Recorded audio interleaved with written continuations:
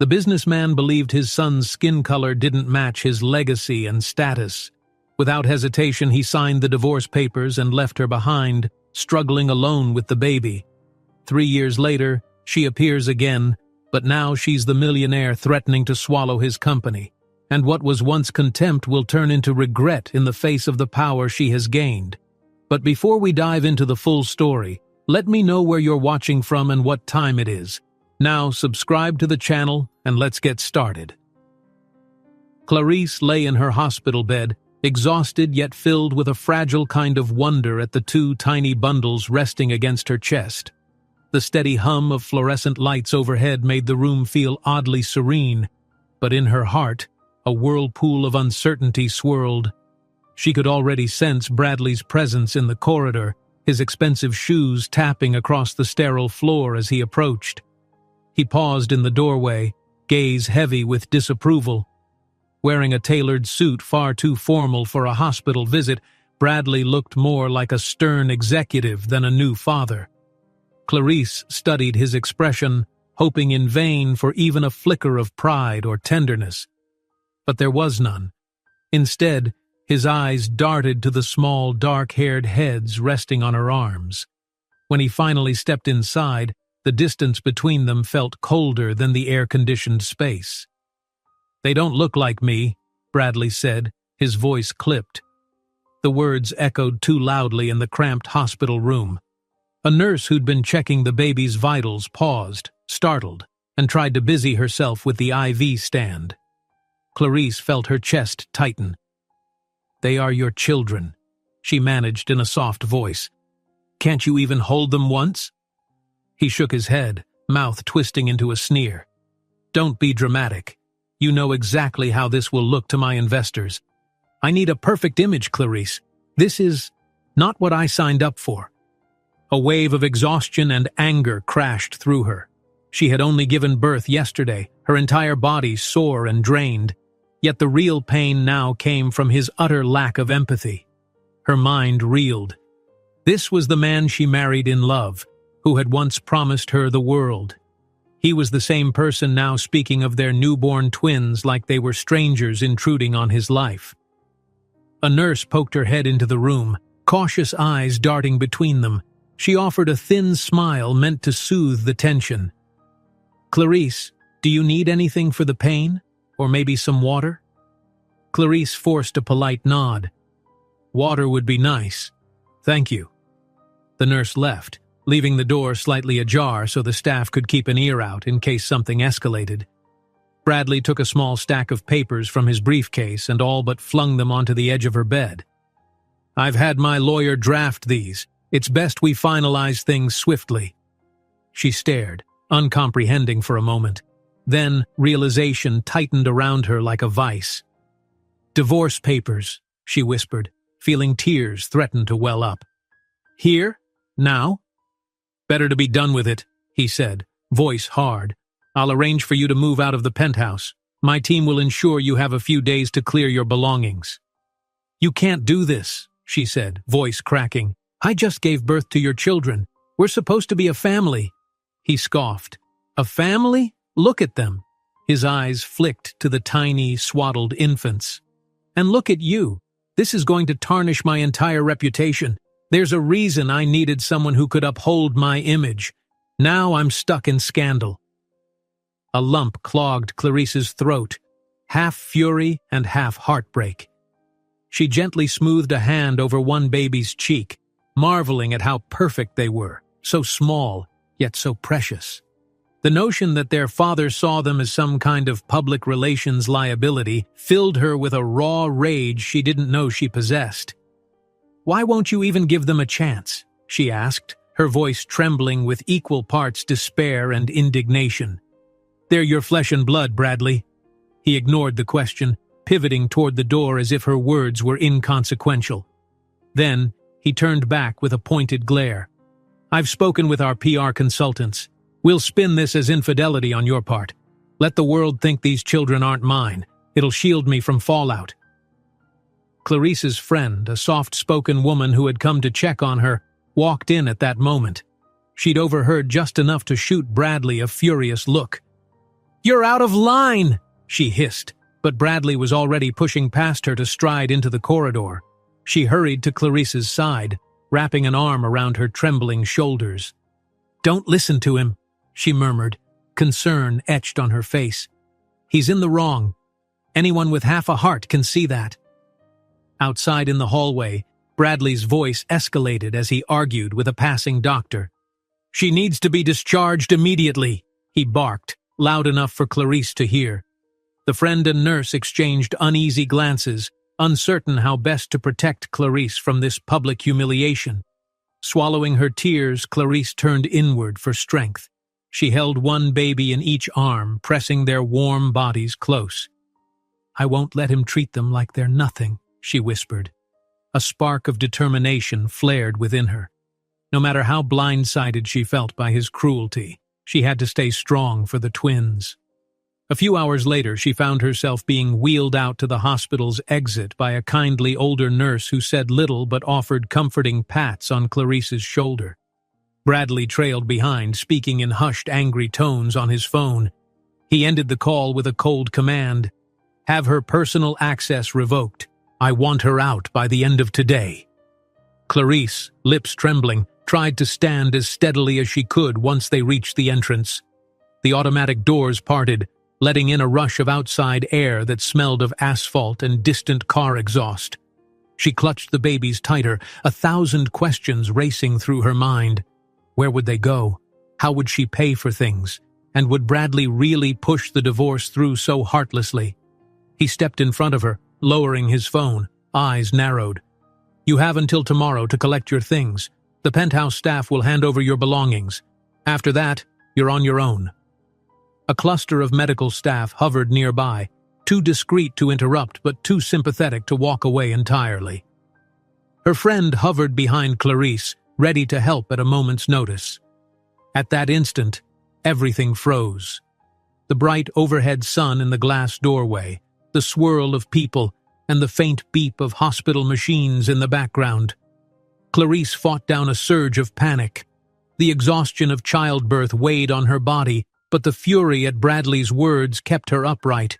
She felt his icy stare drilling into her. "I'll give you one piece of advice," he said, voice barely above a hiss. "Don't try to drag my name through the mud, or you'll regret it." Despite the fear fluttering in her stomach, Clarice lifted her chin. "They're your children," she said firmly. "You don't get to pretend they don't exist just because it doesn't fit your precious image." His lip curled. "Watch me," he said. Then he turned on his heel, shoulders rigid, and stormed toward a sleek town car waiting by the curb. Trembling, Clarice exhaled a shaky breath. She felt the babies shift in her arms, mewling softly, as if sensing her distress. Her friend gently touched her elbow. "Let's get you home. My home for now," the friend offered. "We'll figure out the rest later." Nodding, Clarice blinked back tears. Somewhere, behind her despair, an ember of fierce determination sparked. She thought of the life she wanted to give her twins, the safety and love they deserved, and she vowed that Bradley's cruelty wouldn't destroy them. As they moved away from the hospital doors, she didn't look back. Bradley's final threat still echoed in her ears, but her grip on the babies only tightened. If he believed she'd crumble in the face of scandal and intimidation, he didn't know her nearly as well as he thought. And so, at that point of deep heartbreak, something else was born within her. The will to fight. She would protect these children. She would build a future for them, one that didn't hinge on Bradley's approval or resources. Step by step, she would find her footing and forge a path toward independence, even if she had to do it with little more than her own determination and the unwavering love she had for her twins. Bradley storms out, declaring he'll destroy her reputation if she dares to fight back. Clarice holds her newborns, her tears drying on her cheeks as she whispers, "I won't let him break us." Clarice stood on the sidewalk in front of the towering building, her heart pounding in her chest. The sky had turned a bruised shade of gray, hinting at rain, and the street lamps were already flickering to life. She carefully shifted one of the babies in her arms, scanning the side of the front entrance for the electronic keycard panel. But when she waved her card, the panel simply flashed red. She tried again, breath catching in her throat. Nothing. A single tear slid down her cheek, more from frustration than anything else. A doorman in a crisp uniform hurried over, looking uncomfortable as he recognized her. "I'm sorry, Miss Clarice," he muttered, gaze sliding away, "but Mr. Bradley instructed us that you're no longer authorized to enter the premises." The second twin stirred, a tiny whimper sounding through the hush of the evening. Clarice blinked back her tears, forcing calm into her voice. "This was my home," she said softly. "I live here." Her chest felt painfully tight as she clutched the babies closer. The doorman spread his hands in an apologetic gesture, torn between compassion and duty. "I'm sorry," he repeated, "but my instructions are clear." Clarice took a deep breath. She was too drained to argue, both physically and emotionally. A few days ago, she'd have marched in with her chin high, confronting anyone who tried to stand in her way. But her world had collapsed so quickly since the twins were born that it felt like every ounce of strength was locked away, replaced by a hollow pit of fear. The doorman held out a small black duffel bag. "Security packed a few of your things," he said, his face showing genuine regret. "That's all we could gather on short notice." She stared at the bag, feeling her cheeks burn with shame. Was this really how her marriage ended? Being shut out like a stranger? The babies fussed in her arms and she had to shift one higher against her shoulder. "Thank you," she managed, her words trembling. As she turned away, a rumble of thunder rolled through the sky. She walked a few paces down the street, feeling dazed and near tears. A single car whooshed by, headlights glaring in the growing darkness. Her phone buzzed in her pocket, and for a mad second she hoped it might be Bradley, calling to apologize. But she immediately dismissed that thought. Even if he did call, any tenderness he once had for her seemed long gone. She pulled out the phone. It was her friend, Tanya, the one who had stood by her side in the hospital. "Where are you?" came the worried voice. "I'm nearly there."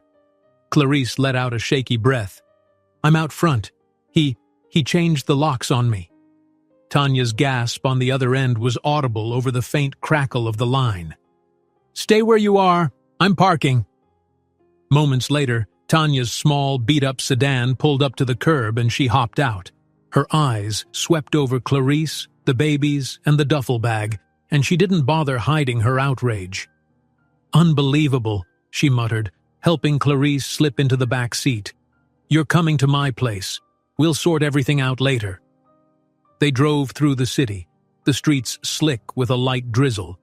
Neon signs glowed along the boulevard, throwing a kaleidoscope of colors across the windshield. Clarice found herself fighting back an onslaught of tears. She couldn't believe how drastically her life had changed. 1 week ago, she was Bradley's wife, living in a luxurious penthouse, dreaming of the moment her children would be born into a warm, stable home.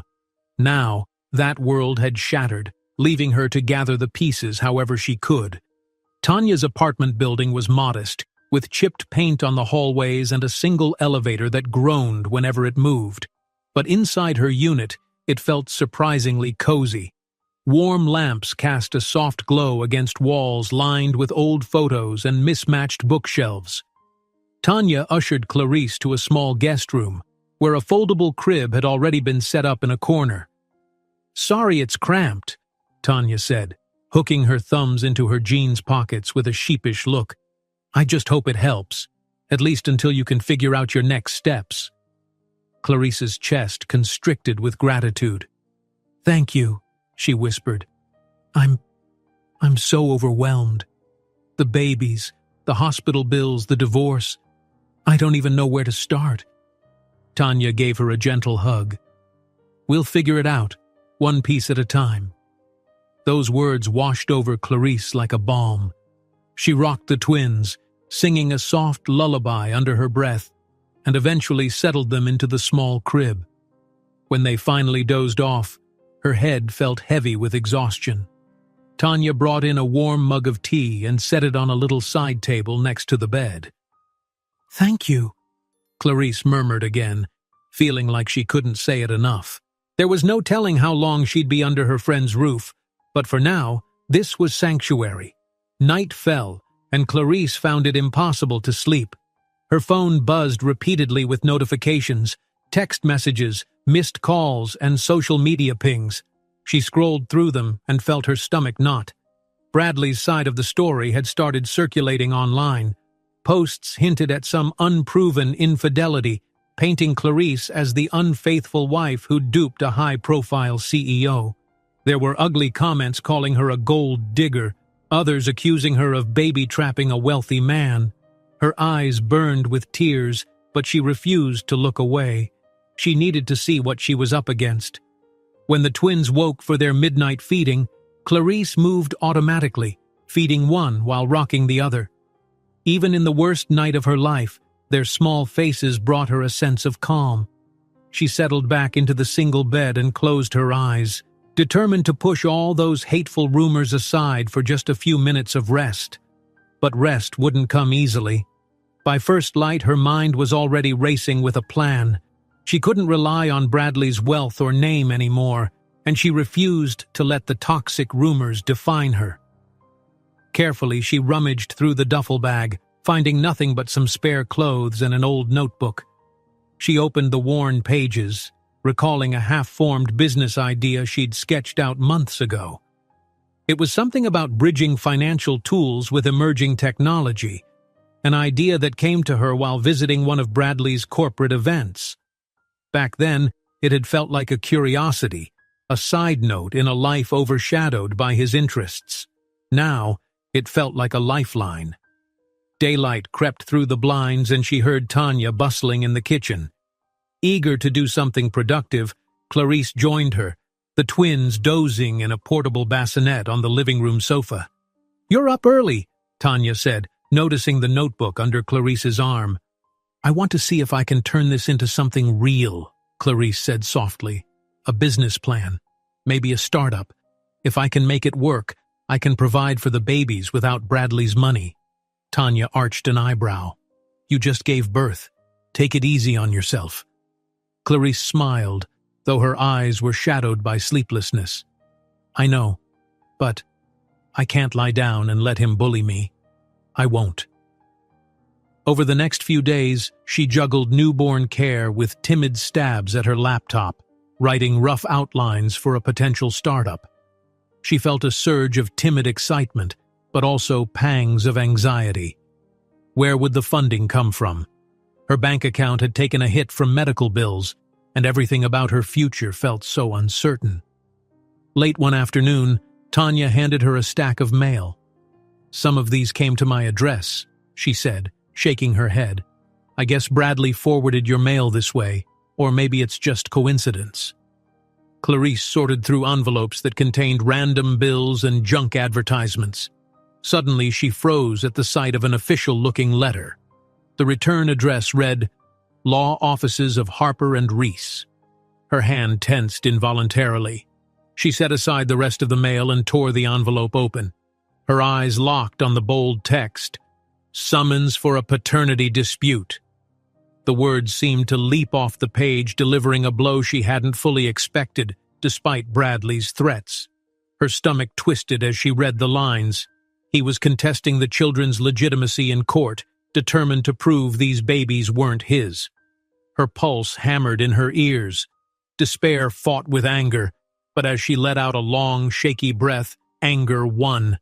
He was going to drag her through a legal nightmare, tarnishing her name even further and risking the emotional well-being of their newborns, who hadn't asked for any of this. Yet somehow, underneath the rage, she felt a familiar resolve stirring again. She'd already vowed to protect her children at all costs. This was just another battle she'd have to face. A small crinkle of the letter echoed in the silent living room. She clenched it tight in her fist, pain flaring in her chest. Tanya came over, concern etched on her face. "What is it? Clarice?" Clarice forced herself to exhale slowly. She raised her eyes, determination spilling through them. "He wants a paternity dispute," she said, voice tight. "He's really doing this." Then her gaze dropped to the official seal on the page as she felt the twins stir in their bassinet behind her. She could almost hear Bradley's mocking laughter in her head, see his smug expression as he tried to paint her as some scheming villain. But if he thought she would back down, he didn't know her at all. Clarice receives an envelope in the mail that reads, "Summons for a paternity dispute." She clenches her fists, realizing the legal battle has only begun. Clarice lingered in Tanya's kitchen the next morning, staring at the crumpled summons in her hands. The babies napped in a portable bassinet nearby, soft coos occasionally breaking the quiet. She'd barely slept, and now her eyes traced each word on that official paper, her heart pounding with a mix of anger and hurt. Bradley was contesting paternity, just as he'd threatened. Yet seeing it in black and white brought a wave of nausea. She heard Tanya's footsteps and looked up. Her friend offered a gentle smile and set down 2 cups of coffee. "No pressure to talk yet," Tanya said softly. "But I'm here if you want to." Clarice nodded, grateful. She watched the steam curl from the mug, remembering a time when she and Bradley used to share morning coffee on the penthouse balcony. That life felt unreal now, overshadowed by betrayal and legal threats. Her phone buzzed with notifications, gossip headlines about the alleged mistress who'd tricked a wealthy CEO. The tabloids had latched onto Bradley's story, painting Clarice as some schemer. She frowned at one outrageous headline, "CEO's betrayed heart? Wife's infidelity?" It made her stomach twist. She silently vowed that no matter how vicious the rumors, she would not let lies become the truth. Later in the day, she wrestled with the twins' feeding schedule, burping them between phone calls to local legal clinics. Most turned her away, citing her complicated case or high fees. Just as she was about to lose hope, an older lawyer's name popped up. A colleague of Tanya's sister recommended him. Clarice punched in the number, praying he'd at least listen. When she arrived at his office the next day, she felt self-conscious in jeans and a wrinkled blouse while wheeling a stroller with 2 fussing infants. The lawyer, Mr. Gillis, looked older than she expected. Hair thinning, silver-rimmed glasses perched on the tip of his nose. Yet his demeanor, though brisk, held a hint of understanding. "Let's cut to the chase," Mr. Gillis said, adjusting the stack of papers in front of him. "Paternity disputes with a high-profile figure can turn into long, dirty fights. You'll need substantial evidence and an ironclad argument if you want a fair shot." Clarice swallowed hard, smoothing a hand over one baby's blanket. "I have no doubt he's the father," she insisted, "and he knows it too. He's just trying to ruin my reputation." Her words caught in her throat as the other twin started to whimper. The stress of juggling 2 newborns during a legal consult felt overwhelming. Mr. Gillis frowned. "I'll need a retainer fee," he said, quoting a figure that made Clarice's heart sink. It was a sum she simply didn't have. Seeing her reaction, he softened a bit.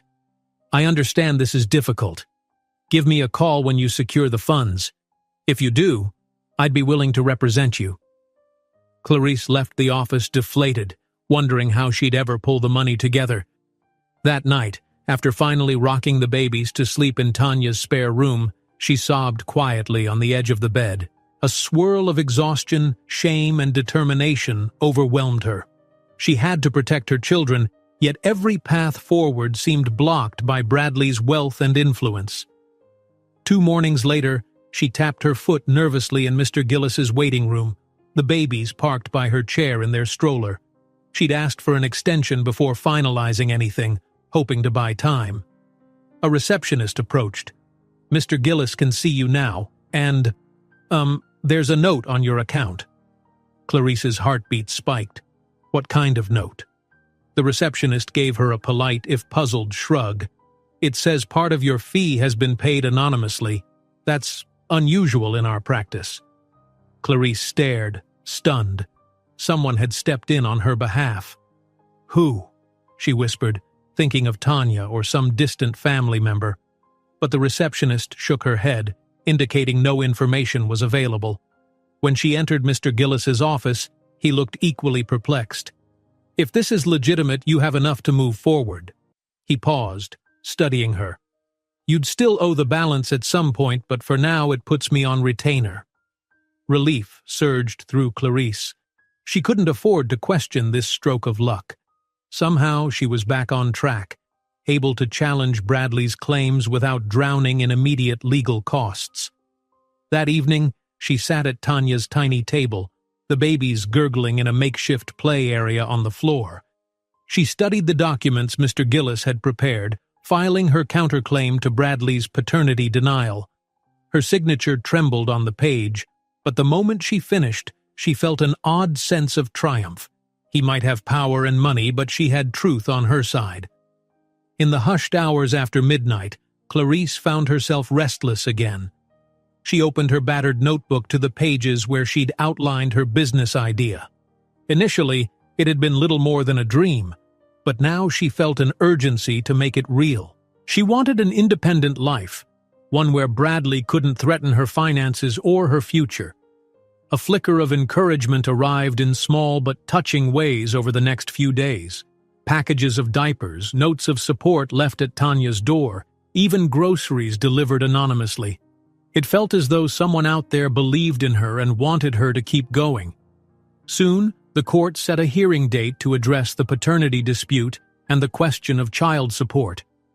The day Tanya read the official notice aloud, Clarice's heart hammered, partly in relief. At least there was a path forward, yet it also reminded her of the uphill battle against a powerful man who could spin the narrative however he wanted. Bradley's meddling continued unabated. Rumors spread that Clarice had entertained a mysterious lover during her marriage. One gossip site claimed the twins' father was an old friend from high school who'd reappeared in her life. Utter nonsense, but salacious enough to get clicks. Comments flooded social media with speculation about the real dad, some nasty, some pitying, most just ignorant. Between the twins' needs and the stress of potential public humiliation, Clarice felt cracks forming in her composure. She tried to bury herself in caring for her children. After all, every time she looked into their tiny faces, she felt her resolve strengthen. They were innocent in this whole mess. She refused to let them be pawns in Bradley's game. A scheduled doctor visit for the twins came at the perfect time. Clarice cradled them on the worn plastic chairs of the pediatrician's office, feeling a spark of motherly pride at their steady growth. The doctor pronounced them healthy, if a bit underweight, and gave Clarice the reassurance she so desperately needed. Holding one of the little ones up to her cheek afterward, she remembered there was more to her life than court papers and malicious gossip. The babies needed her strong, so she would be strong. Still, doubts haunted her. Late at night, she'd wander into Tanya's cramped living room and stare at the city lights beyond the windows. Could she really sustain a legal war against a man who had nearly unlimited resources? Could she endure the psychological strain of being vilified in the media? What if she lost everything? She often found herself swallowing back tears, determined not to let fear overshadow her responsibilities. On one of those sleepless nights, a call came from an unknown number. Clarice nearly ignored it, expecting more tabloid prying, but an instinct made her answer. The voice on the other end sounded both warm and familiar, though she couldn't quite place it. "I've heard about your challenges," the person said gently, "and I'd like to help you if you're willing to listen." Clarice felt her pulse quicken. "Who is this?" A light chuckle. "Someone who believes in your potential. We met a while back. Let's say I admired your intellect and drive. I've since become aware that you're starting a tech-oriented business. I'd love to discuss a possible partnership. Let's meet soon." Her mind spun with questions, yet something about the person's tone felt sincere. After they hung up, she pressed the phone to her chest, a spark of hope burning brighter. If this was a real opportunity, it might finally give her the independence she needed. A few days later, her old mentor, someone from the business world she'd crossed paths with during a past event, surfaced in person. He greeted her with a warm handshake at a small cafe. "You've been through hell," he said, sympathy coloring his voice. "But I've seen your rough sketches for a financial tech platform. You have a knack for strategy, Clarice. I'm offering my support if you want to move forward." Her eyes lit up, though she struggled to hide her lingering wariness. "A formal pitch?" "That's all I ask," he said, sipping his coffee. "Show me your plans and passion. If it makes sense, I'll help you find funding." She sat straighter, determination glowing in her chest. "I'll do it," she said, unable to keep the smile off her face. This was the break she'd hoped for, a chance to stand on her own feet. For a moment, she almost forgot the swirling chaos of Bradley's lawsuits. That night, after she tucked the babies into bed, Clarice paused at their crib, their tiny hands splayed out across soft blankets, faces relaxed. For the first time in weeks, she allowed herself to think beyond mere survival. She began imagining a better tomorrow. Gently brushing her fingers over their warm cheeks, she whispered, "He can fight me in court, but I won't give up." Hours later, when the apartment was dark and silent, her phone buzzed on the nightstand. She groggily reached for it, squinting at the screen. The text came from Bradley's legal team, each word cutting through her drowsiness like a blade. "Prepare your evidence. We have proof you lied." Clarice's heart pounded. What proof could they have? Clarice woke before sunrise, heart still rattled by the ominous text that had appeared on her phone late the previous night. She carefully maneuvered out of bed, trying not to wake the twins sleeping in the portable crib beside her. That single message, "We have proof you lied," roared through her thoughts. How could Bradley's lawyers have any proof of something that wasn't true? The idea both enraged and terrified her. She tiptoed into Tanya's small kitchen, switching on the overhead light. The quiet hum of the refrigerator felt strangely comforting as she stood there, phone in hand, scrolling through the mountain of headlines that had piled up overnight. The tabloids continued branding her an unfaithful wife, an ambitious nobody looking for a golden ticket. It hurt, seeing her name dragged through filth, but she clung to the knowledge that not a shred of it was true. As dawn light filtered through the window, she texted her mentor, brief and direct, asking if he could meet for coffee. She needed to finalize a pitch soon and keep her mind focused on forging her own path, rather than wallowing in these attacks. His reply came swiftly, "Of course, name the time." A few hours later, Clarice stood outside a quiet cafe downtown. Tanya had graciously agreed to babysit the twins so Clarice could focus. Her gaze drifted to the bustle of the city, people hurrying along sidewalks, lost in their own worlds. She wondered if they recognized her from the gossip columns, if they'd see her face and judge her. Her throat tightened, but she lifted her chin and pushed open the door, determined to appear calm. Her mentor waved from a small table by the window where 2 coffees waited. He wore the same thoughtful expression she remembered from old business conferences, the kind that made you believe an opportunity was around the corner if you just looked carefully enough. "You don't have to say a word," he said gently as she approached.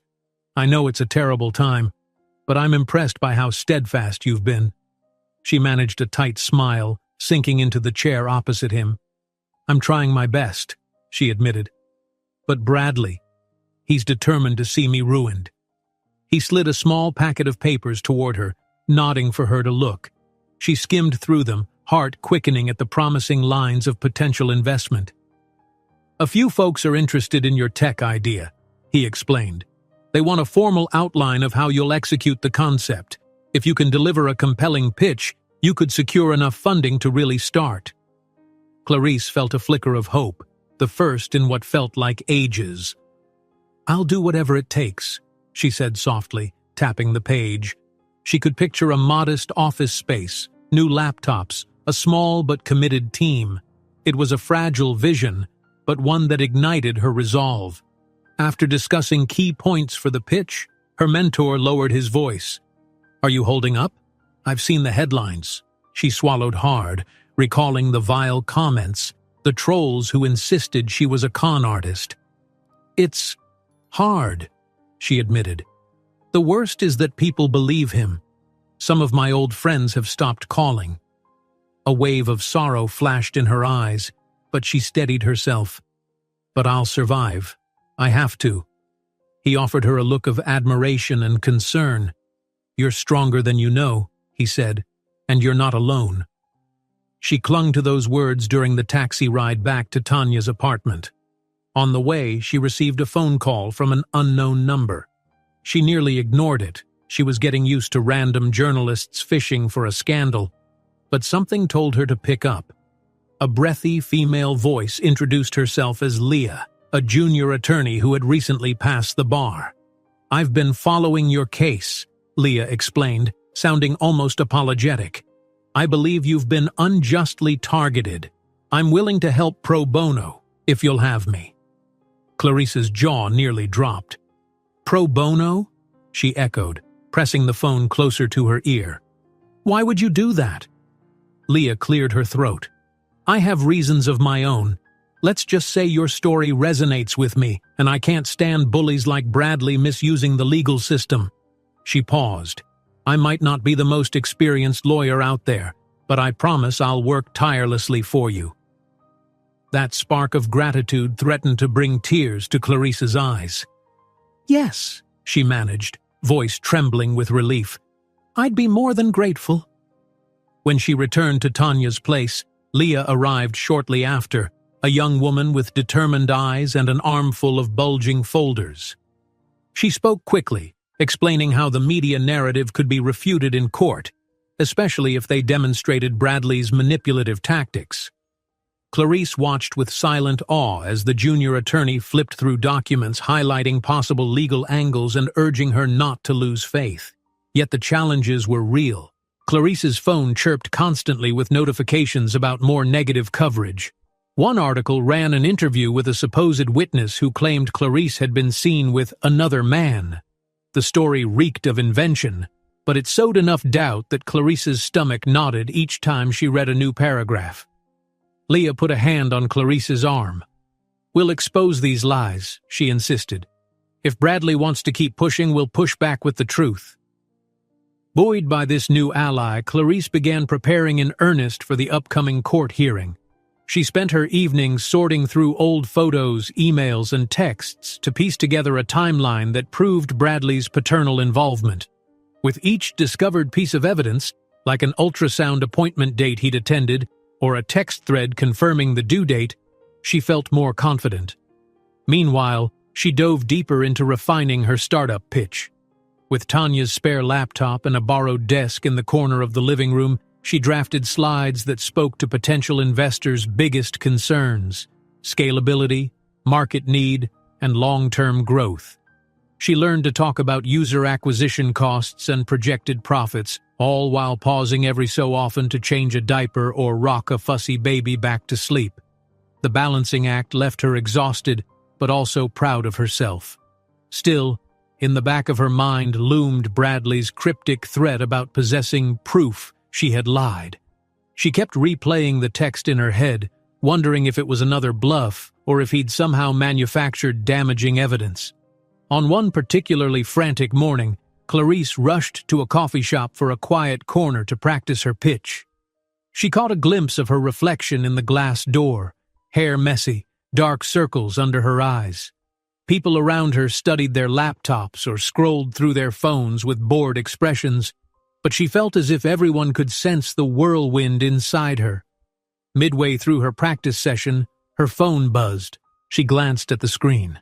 A longtime friend she hadn't heard from in months wanted to meet. Unease bloomed as she read the message. This friend used to be close to Bradley's inner circle. Perhaps now they had come fishing for information, or maybe they genuinely cared. Clarice decided to stay cautious. Too many had turned away when rumors began swirling. Later that afternoon, just as she finished reviewing court documents for the 10th time, a small group of business acquaintances called. They'd heard about her new project and invited her to present it informally over a video call. Clarice's nerves flared, but she accepted. She shut herself in Tanya's bedroom and connected her phone to a cheap tripod. The call started with 4 serious-faced participants on the screen. They asked piercing questions, occasionally interrupting each other, but seemed intrigued by Clarice's concept. By the end of the call, they hinted at potential interest in investing. She clicked off, adrenaline coursing through her veins. It felt like a breakthrough, one she desperately needed. That evening, Tanya and Clarice shared a quiet meal, the babies finally asleep. Tanya popped open a cheap bottle of sparkling cider and raised a glass. "To you," she said, smiling, "for not giving up." Clarice clinked her glass lightly. "I don't have the option to give up," she said. "If I do, Bradley wins. And my babies, they deserve better."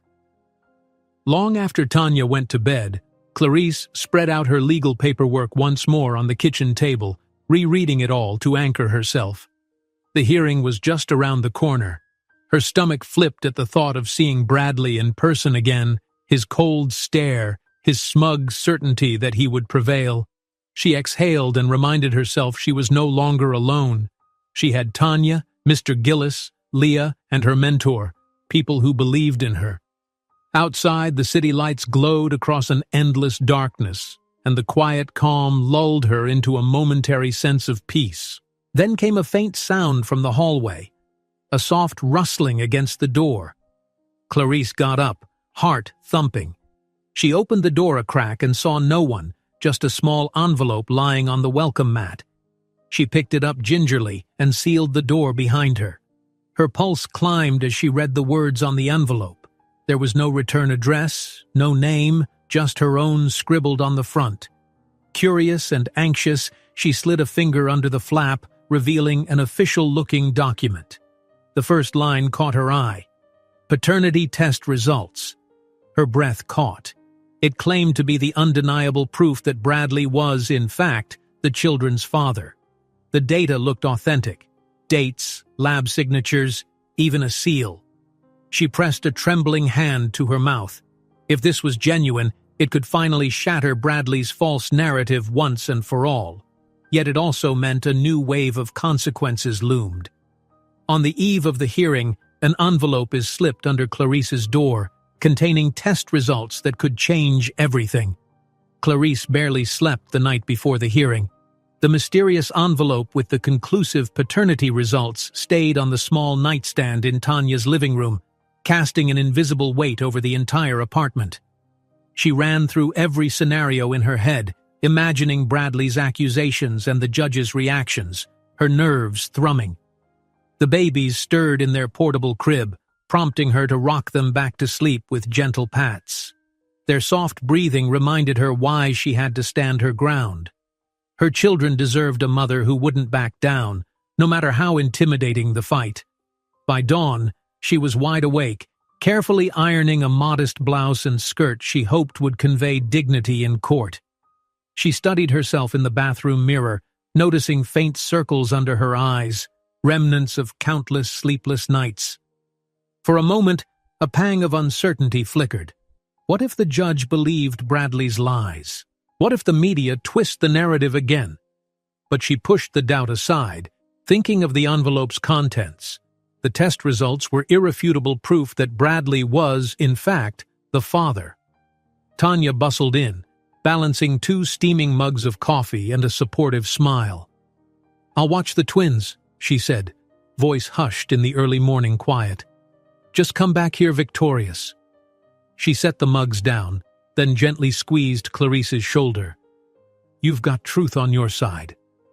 Clarice nodded, grateful for the unwavering friendship. She took a steadying sip of coffee, then retrieved the envelope from the nightstand, tucking it inside a manila folder. The weight of that folder felt both terrifying and empowering. Soon she arrived at Mr. Gillis's law office, the sounds of the busy city swirling around her.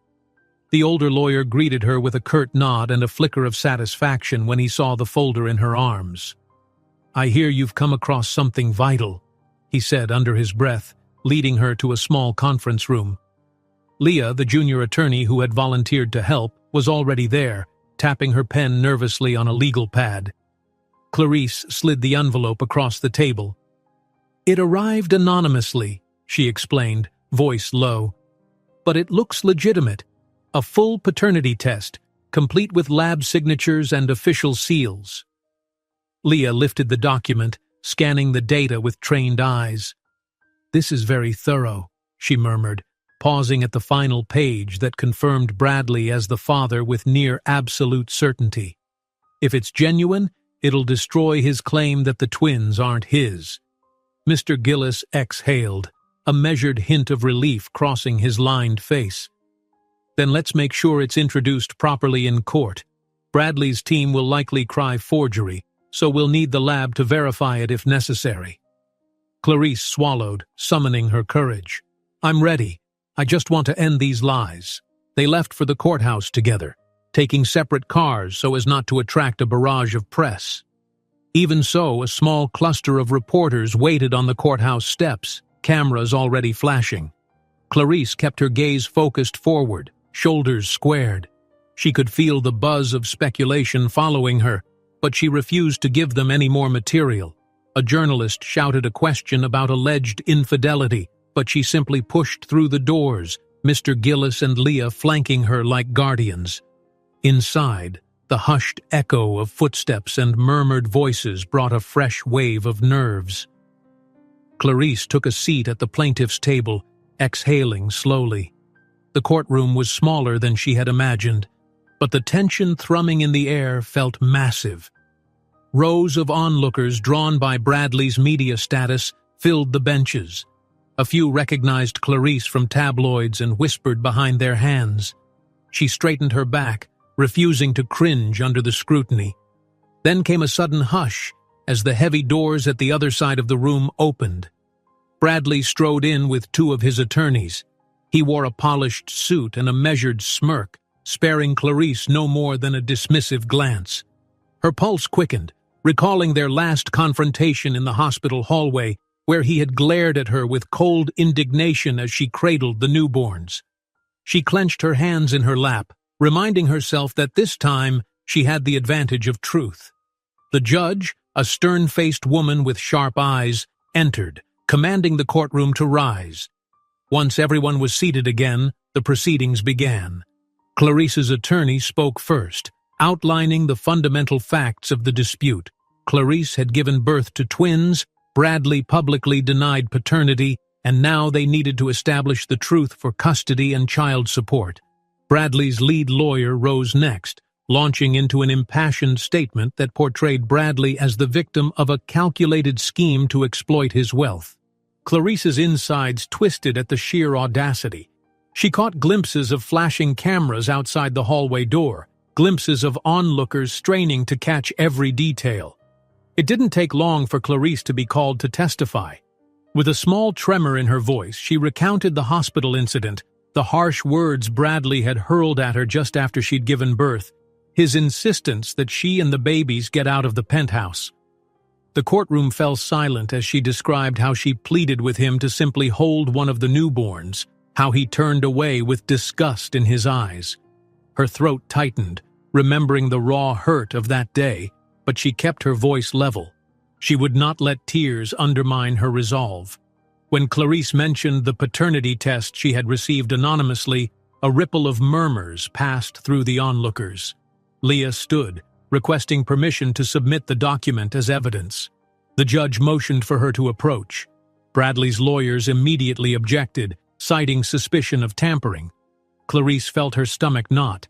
She had braced herself for this reaction, but seeing Bradley's smug expression twisted the knife deeper. Leah insisted the court allow the lab that supposedly issued the results to confirm or deny their authenticity. The judge, clearly irritated with the bickering lawyers, instructed an independent verification. She scheduled a brief recess while they arranged the official check. During that break, Clarice retreated to a bench in the corridor, silently clutching her folder. She glimpsed Bradley down the hallway, gesturing angrily on his phone, presumably instructing his PR team or legal aides. A chill ran down her spine when he caught her eye. The contempt in his gaze remained as strong as ever. The recess ended, and everyone filed back into the room.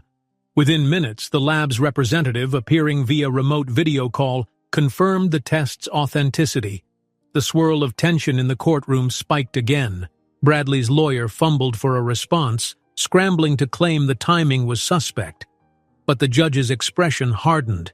She was clearly unimpressed by the repeated attempts to discredit legitimate proof. A low murmur spread among spectators. Clarice gripped the edge of the table, relief flooding her system in a dizzying rush. She saw subtle changes in posture from the media members present, as though they were already composing their next headlines. Bradley's paternity claims collapse in court. In a measured tone, the judge made an interim ruling that effectively recognized the children's right to financial support, pending a final decision on custody and visitation. Clarice could hardly believe it. She heard a few faint cheers from the back rows, possibly from people who felt moved by her story or outraged at Bradley's behavior. She resisted the urge to slump in relief. There was still a long road ahead.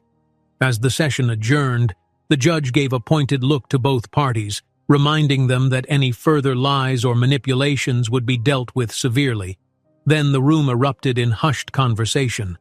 Clarice started to gather her papers, her hands trembling from the surge of adrenaline. She felt Bradley's presence behind her before she saw him. He leaned in close enough that his words reached only her ears. "You've humiliated me today," he hissed, voice taut with quiet rage. "If you think I'll let that slide, you're sorely mistaken. You want a war? Fine, you'll get one." Clarice swallowed the knot in her throat, refusing to let her fear show. She stood straighter, feeling the stares of curious onlookers. Mr. Gillis placed a protective hand on her shoulder and subtly guided her away from Bradley's ominous presence. Stepping outside into the bright midday sun, Clarice looked up at the sky, momentarily blinded. Cameras flashed, reporters shouted questions, but she kept her head high. A swirl of relief and dread wrestled inside her. She knew Bradley's threats weren't idle. If anything, his fury was now stoked by a public defeat. The real battle, she suspected, was only just beginning. Bradley, cornered by the court's acknowledgement of the test results, vows that if Clarice wants a war, she'll get one.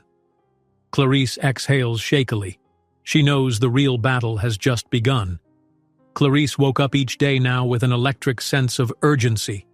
The bitter memory of Bradley's threat in the courtroom still hovered in her mind, pushing her forward. She was tired of fighting battles in legal chambers and gossip columns alone. If she had to defend herself, she would do it on multiple fronts. And so she channeled her energies into the one goal that might give her a fighting chance: launching her own startup. She began in Tanya's small living room, converting the cramped corner next to the sofa into a makeshift office. The twins watched her curiously from their playpen whenever she tapped away on an old laptop, scribbling notes or pacing around while practicing her pitches. Sometimes Clarice caught herself laughing at how surreal it felt, speaking to imaginary investors in a room that smelled like baby formula and day-old coffee. But she took it seriously. She had no choice. Word of her determination spread quietly among people who sympathized with her ordeal. A handful of angel investors stepped forward, intrigued by Clarice's plan to blend emerging technology with financial services that were both accessible and transparent. Though small, these pledges of support gave her enough confidence to begin mapping out a real timeline. She formed a legal entity, printed a modest stack of business cards bearing a simple yet sleek logo, and sketched a roadmap of milestones on her bedroom wall. Yet as soon as news of her budding enterprise trickled out, Bradley struck back with the same venom he'd displayed in court. Blog posts surfaced, anonymously sourced, that questioned Clarice's ethics, painting her as a novice with delusions of grandeur.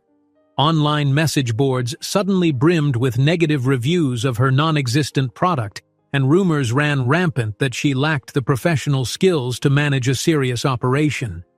The first time she noticed these attacks, her stomach knotted. She was alone in Tanya's kitchen, reading a post that called her a reckless amateur riding on scandalous publicity to snatch quick cash. She felt tears prick the corners of her eyes, partly from anger, partly from hurt. Tanya walked in at that moment, saw the screen, and let out a low whistle. "He's trying to crush you before you can even start," she said. Clarice nodded, snapping the laptop shut. "But I'm not backing down." She took a shaky breath.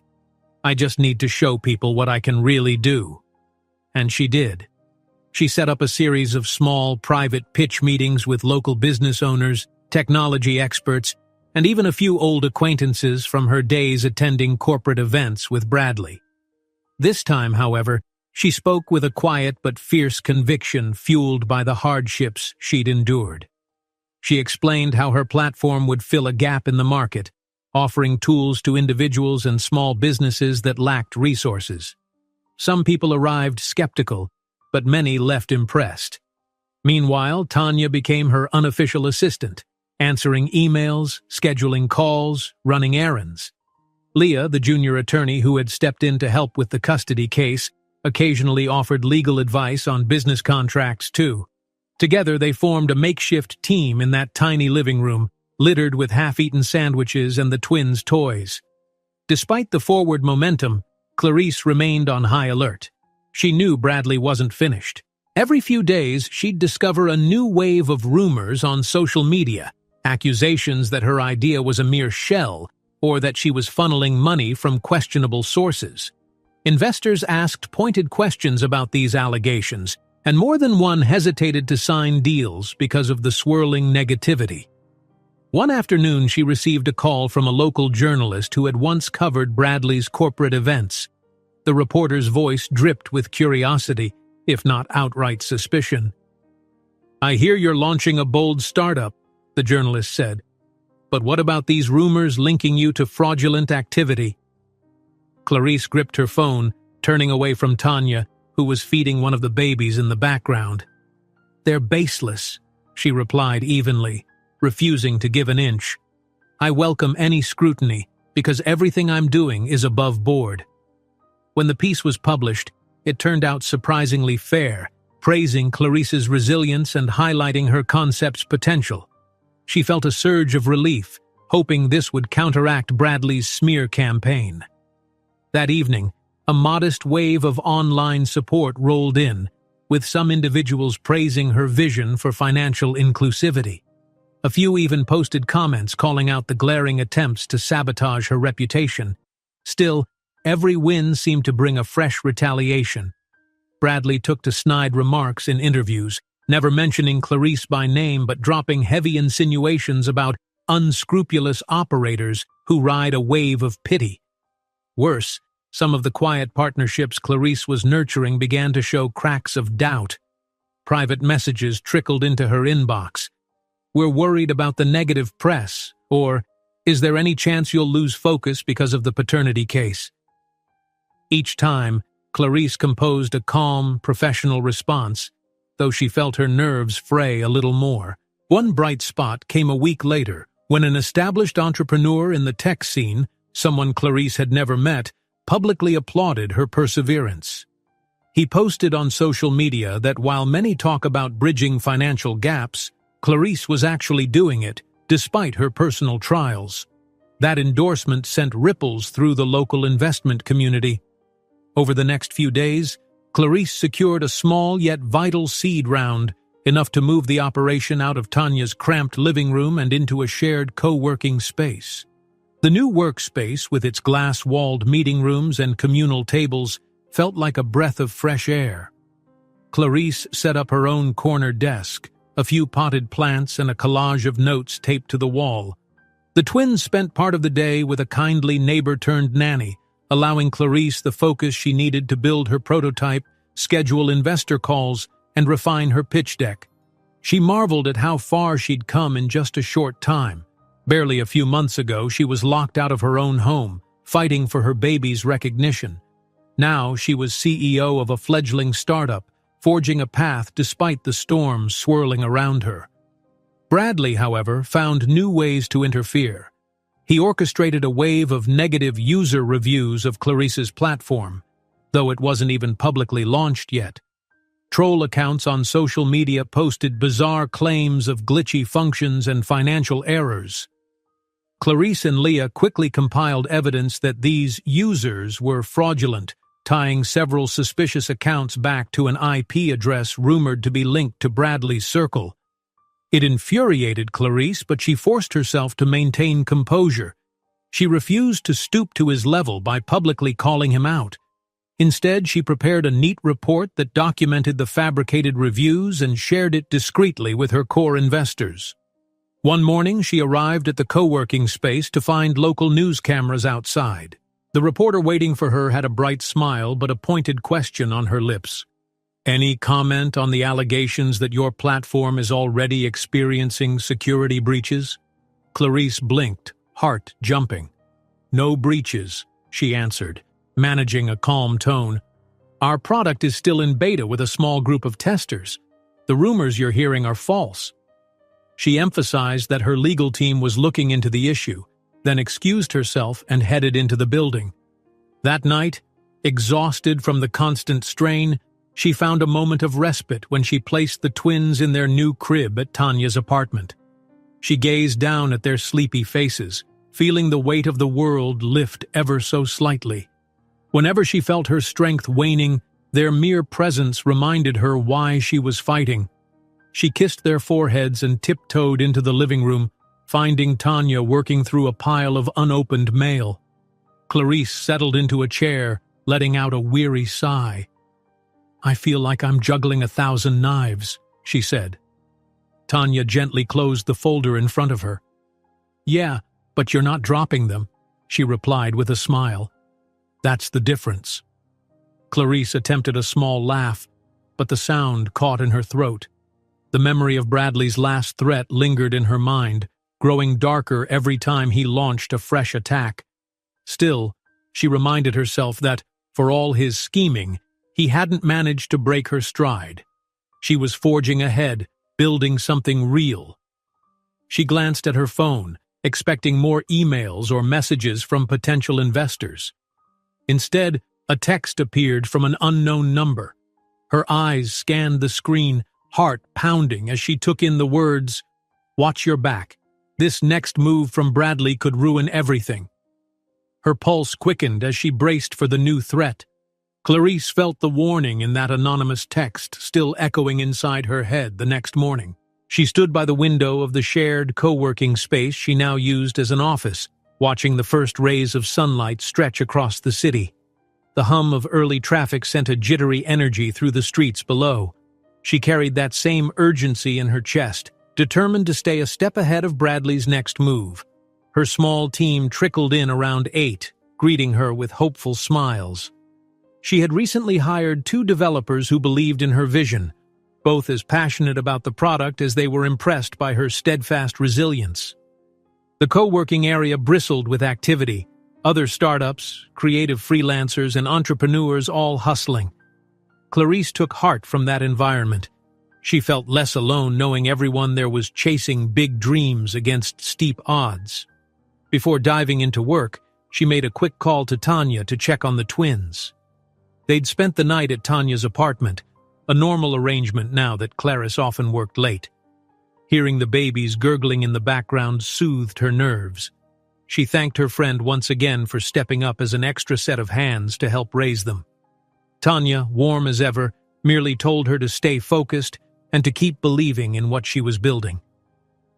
A short time later, Clarice gathered the developers in one of the co-working space's glass-walled conference rooms.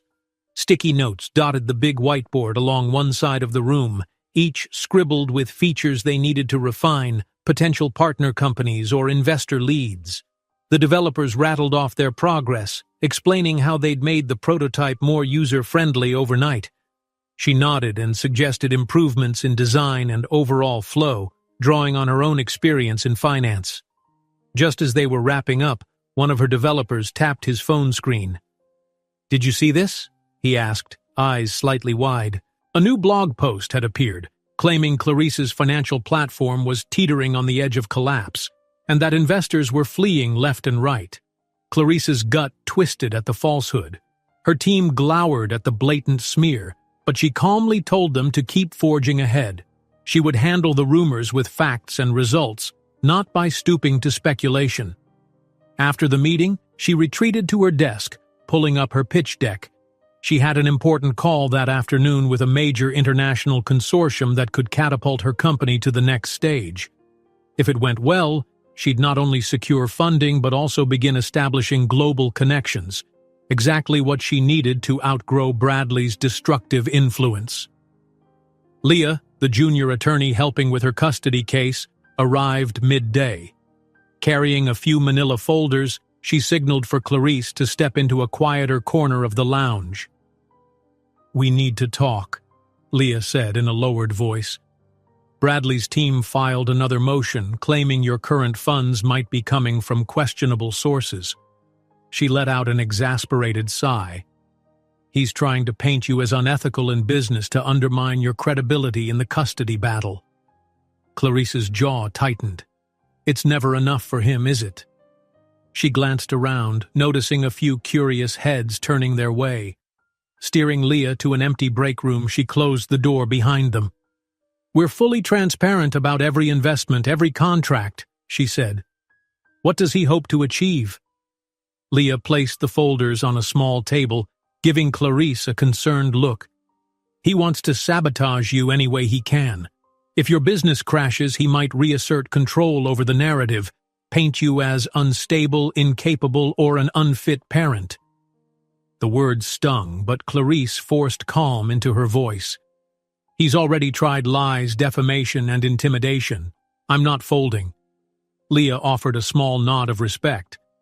"That's what I wanted to hear. By the way, I reached out to a contact in corporate law who might help you structure your investor agreements so they're beyond reproach. We can't leave any cracks for Bradley to exploit." Clarice thanked her, grateful for the support. Once Leah left, she realized she had exactly 10 minutes before her pivotal call. She rushed to her desk, heart hammering at the thought that this conversation could open the door to an international partnership. Smoothing down her blazer, she took a deep, centering breath, then dialed in. Faces popped up on her screen, executives from a European-based tech conglomerate who greeted her politely. In measured tones, Clarice explained how her platform could simplify financial access for everyday people and small businesses, outlining how it might integrate with their global reach. She showed her screen, flipping through slides that detailed user interface concepts, security measures, and potential ROI. Their eyes flickered with interest, and she sensed they were taking her seriously. Near the end of the call, one executive asked if the media controversies she was facing might derail her focus. Clarice swallowed a spike of anxiety, but calmly answered that her mission stood on solid, genuine ground. These controversies were mere distractions she was determined to overcome. She ended with a passionate point. The product would speak for itself, and her personal trials had only hardened her resolve to succeed. She watched their subtle nods, saw their postures relax. She hoped that meant confidence, or at least curiosity, to move forward. No sooner had she clicked off than her phone lit up with a message from her mentor. "We need to chat. Good news," it read. Clarice grabbed a water bottle and hurried to call him back. His voice crackled with an undercurrent of excitement as he explained that the consortium had given strong signals of interest. "Nothing is final, but it's a step in the right direction," he said warmly, congratulating her on a solid pitch. For a brief moment, Clarice allowed herself a grin, imagining how securing a significant international deal could not only propel her startup, but also put Bradley's negativity in the shadows. If her success grew too big to dismiss, his attempts to undermine her might start looking desperate, even to his own allies. That evening, she arranged for Tanya and the babies to meet her at a small restaurant near the co-working space. She wanted a few hours away from the fluorescent lights and swirling gossip. Tanya arrived with the twins fussing, still adjusting to the hustle of city traffic, and they tucked themselves into a cozy corner booth. The babies settled once they were in Clarice's arms, lulled by the dim lighting and soft hum of conversation around them. Over dinner, Clarice confided in Tanya about the potential global partnership, allowing herself a moment of cautious optimism. Tanya clapped her hands in delight. "Finally, some recognition for all you've done," she said. "Let this be your big break." Clarice smiled, though worry lingered behind her eyes. "I just hope Bradley doesn't find a way to torpedo this too. His reach seems endless sometimes." Her friend's expression turned serious. "You don't need him overshadowing everything. Focus on what you can control, build your company, care for your babies, and let the truth about Bradley come to light when it's time." Clarice nodded, a spark in her chest reminding her how vital it was to stay proactive. She gazed down at her children, who were now dozing in their stroller, tiny eyelids fluttering. This was who she was fighting for, more than anything else. She would not let Bradley's obsession with power poison their lives. But the respite was short-lived. The next day at the co-working space, she discovered that Bradley had maneuvered behind the scenes to block her acquisition of a small tech firm she'd been eyeing, a key piece in her platform's expansion strategy. One of her leads, a valuable advisor in the industry, called her in a worried voice. "He's been making phone calls, pulling favors. The seller is hesitating." Clarice felt her face redden. She ended the call, heart pounding in frustration, but also determination. Another test of her mettle. She gathered her team in the conference room, explaining the development.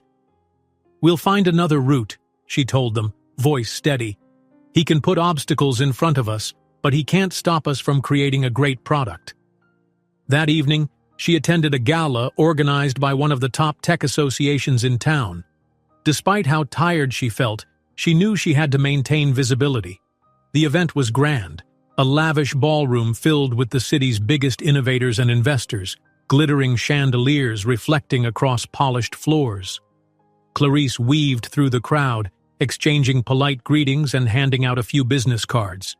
She spoke about the potential of her startup, hoping to spark enough curiosity to overshadow the rumors. And then she saw him. Bradley, near the bar, chatting with a circle of well-dressed executives. He appeared at ease, sipping an expensive-looking drink. When he spotted Clarice, his eyes flickered with an emotion somewhere between irritation and challenge. She braced herself, half expecting him to stroll over and start belittling her publicly. But for a while, he pretended not to notice her. Later in the evening, as she chatted with a possible partner, Bradley seemed to materialize by her shoulder. She felt his gaze burning into her back. Excusing herself, she turned to face him. He smiled coldly, swirling the ice in his glass. "Impressive how far you've come, Clarice," he said, voice dripping with sarcasm. "But watch your footing. You're playing in a league far above your station now." She squared her shoulders. "I'm exactly where I need to be." He shrugged with feigned indifference. "We'll see." Then he strolled away, leaving her with a bitter taste in her mouth. She noticed some watchers exchanging glances, likely aware of the tension. She took a moment to regain her composure, lifting her chin. She had no intention of letting him spoil her evening or her progress. Near the end of the gala, a fellow entrepreneur slid up beside her and discreetly passed a thin folder into her hand. "I don't like what Bradley's been doing," the man whispered. "Figured you should have this. Keep it quiet until you know what to do with it." Then he disappeared into the crowd. Curiosity burned in Clarice's chest. She thanked a few remaining contacts, slipped out to the corridor, and opened the folder under the muted glow of a wall sconce. Pages upon pages of documents detailed suspicious transactions linked to Bradley's main corporation, shell companies, questionable invoice trails, manipulated financial statements. For a moment, her breath caught. If any of this was legitimate, it was more than rumor. It was proof he'd been dealing in corporate fraud, possibly for years. She pressed the folder against her chest, heat lighting up her cheeks. Suddenly, the entire scope of Bradley's attempts to silence her made sense. He'd built his empire on rotten foundations and couldn't afford to be exposed. She could see the path forward, clear as day. All his attempts to sabotage her, to break her spirit. It was to protect this hidden wrongdoing. Clarice discovers a paper trail linking Bradley to corporate fraud. Eyes blazing, she decides it's time to bring his skeletons out into the open. Clarice spent the morning poring over the documents she had received at the gala, her heart pounding every time she turned a page. Everything in that mysterious folder pointed to one undeniable truth. Bradley had orchestrated fraudulent dealings in his company for years. Shell accounts, false invoices, and carefully laundered funds. It was bigger than she'd imagined, revealing not just unethical practices, but potentially criminal ones. Small wonder he'd fought so viciously to keep her under his control. If she exposed him, his world could collapse like a house of cards. By mid-afternoon, she pushed aside the papers and exhaled, running a hand over her tired eyes. The co-working space buzzed around her with half a dozen other startups chattering about ideas and deadlines. Her own team was in another corner, testing the latest version of their platform. She glanced over, feeling a mix of pride in their progress and a fierce need to protect them from Bradley's sabotage. She knew she couldn't keep this discovery to herself for long. He was crossing lines that could ruin people's lives. She gathered her nerve and pulled out her phone. Her old mentor answered on the second ring. Without wasting breath, Clarice explained what she'd found and why it changed everything. There was a moment of stunned silence on his end. "You need to be careful," he said at last. "Bradley is dangerous. If he catches wind that you have proof of his fraud, he'll stop at nothing to silence you." Clarice gazed at the papers fanned out across her desk, remembering all the harm Bradley had already done, locking her out of her home, denying his children, tarnishing her reputation. She swallowed hard. "I know," she replied, "but this can't stay hidden. I'm done living in his shadow." That night she met with Leah in a quiet cafe, away from prying eyes. A single lamp lit their booth, and the hum of low conversation provided some cover.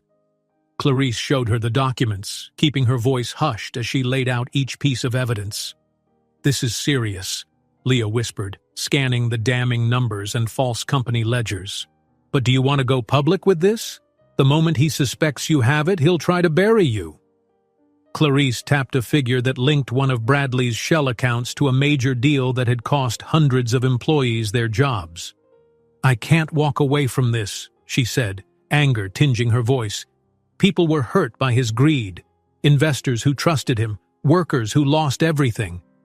Leah regarded Clarice for a long moment, then nodded. "We'll need an airtight plan, though.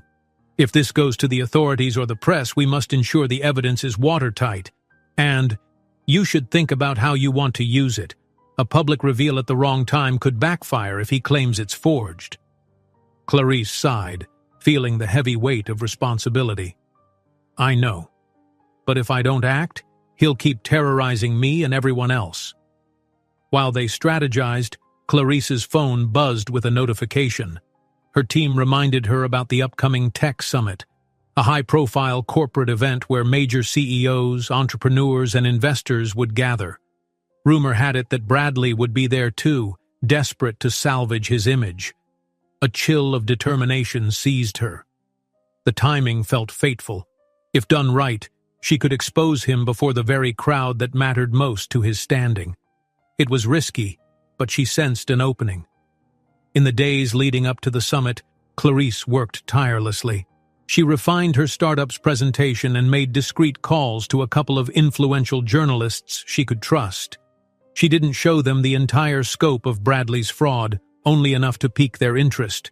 If she revealed all, word might leak back to him too soon. She also reached out to a forensic accountant, ensuring that the documents she held weren't just suspicious, but provably incriminating. At last, the day arrived. The tech summit took place in a sprawling convention center with wide glass windows that reflected the city skyline. Clarice, dressed in a crisp blazer and a calm expression, navigated the throngs of attendees. Bold banners advertised the latest in artificial intelligence, financial technology, and cutting-edge hardware. Her chest fluttered with nerves, but her steps stayed steady. Her own booth was modest, tucked in between two larger displays boasting futuristic gadgets. Still, a small circle of curious visitors gathered around to hear about her platform's mission: financial accessibility for all, powered by intuitive design. She spoke passionately, only occasionally glancing over her shoulder, half expecting Bradley to appear with an arrogant smirk. A short while later, a hush rippled through the crowd. Clarice turned to see that Bradley had indeed arrived. He wore a tailored suit, greeting onlookers with that polished charm she once found so captivating.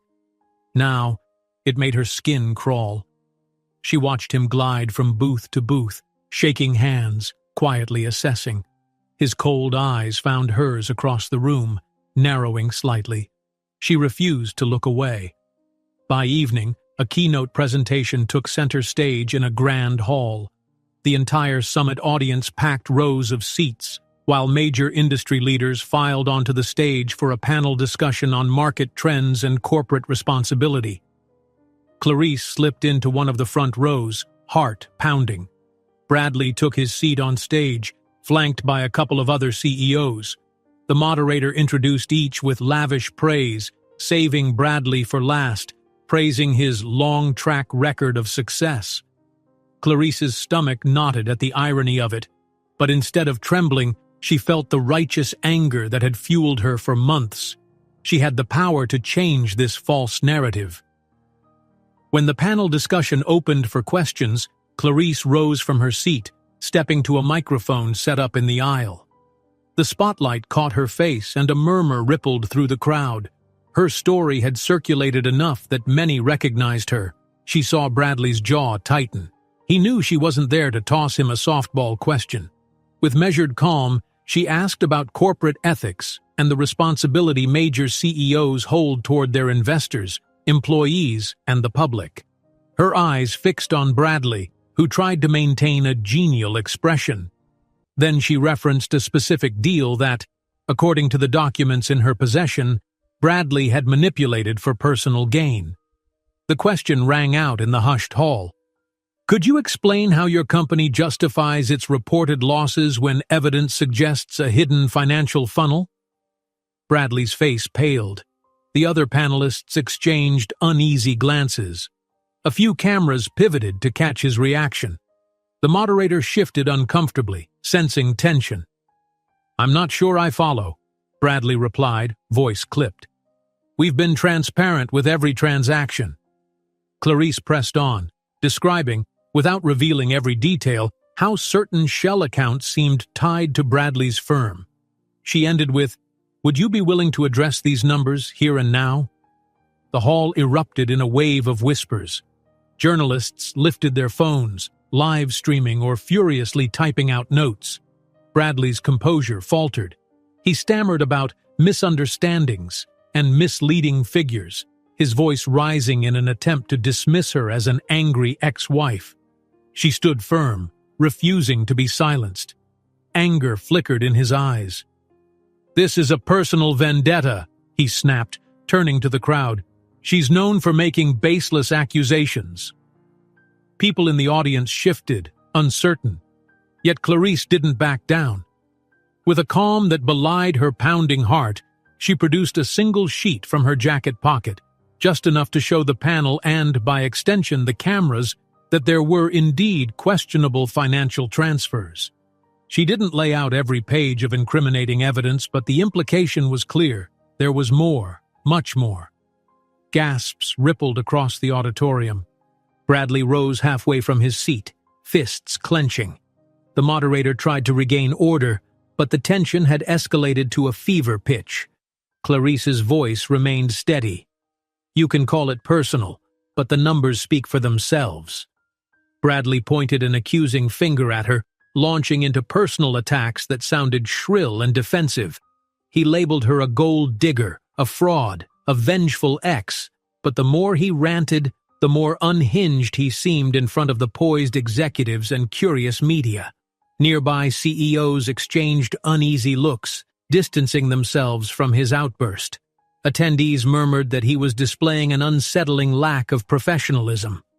Clarice sensed a subtle shift in the crowd's sympathy. The CEO who once stood as an untouchable figure now appeared desperate, even cornered. Security personnel hovered by the stage, glancing between Bradley and Clarice. She forced herself not to flinch under his furious stare. Months of heartbreak and betrayal burned in her memory, fueling her unwavering stance. She had finally confronted him, and in a room full of the very people whose respect he craved. Clarice slowly tucked the document back into her pocket. "I'm not here to fight you in public," she said softly, "but I won't stand by while you hide the truth." He gave a snarl of contempt, but his eyes flickered with the slightest sign of fear. The audience was no longer on his side. He seemed to realize that the more he tried to silence her, the worse he looked. After the panel ended in disarray, the tension in the auditorium remained thick. Clarice stood outside in the lobby, a small circle of reporters pressing her for details. She offered measured statements, explaining she had evidence but would let the proper authorities verify it. Then she glimpsed Bradley stalking out from a side door, glaring at her, his face red with a mix of rage and panic. Someone in the crowd whispered, "I think his empire might be in trouble," and Clarice felt a surge of relief. Yet she also knew this was only a battle won, not the entire war. Bradley's hold on his company and his wealth was slipping, but he remained formidable. If he had any moves left, he would surely play them now. Tempers flare to the point that hotel security intervenes, ensuring no physical altercation happens. Clarice holds her own, exposing enough evidence to make Bradley look guilty without revealing all her cards. The onlookers sense a major shift in power, yet as she leaves, she realizes he'll become her fiercest rival, desperate to crush her before she can bring him down. A rival CEO sidles up and whispers, "Bradley's company is in trouble. He's desperate. Watch out, or he'll come after you with everything he has left." Clarice stood by the floor-to-ceiling windows of her modest new office, the city lights twinkling like distant promises. The words of that rival CEO from the gala still rang in her ears. Bradley was desperate, and she'd better brace herself. She sensed it was only a matter of time before he lashed out again, doubling down on his threats. Outside, the sky had turned a smoky violet, but she could see her own reflection in the glass, shoulders squared, jaw set in fierce resolve. Her phone buzzed in her pocket. Another lawsuit, this time claiming defamation. She scrolled through the dense legal text and shook her head in frustration.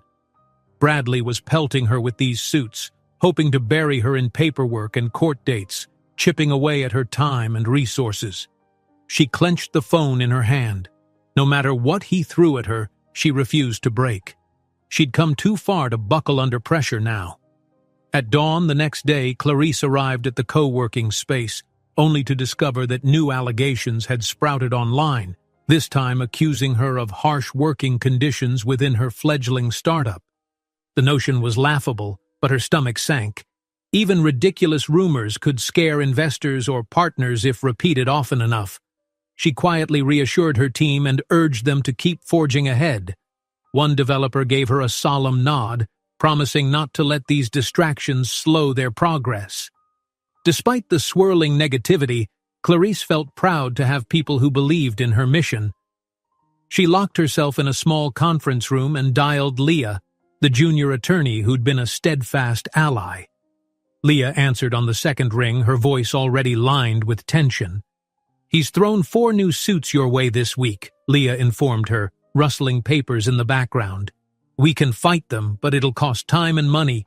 He wants to grind you down, make you too exhausted to keep exposing him."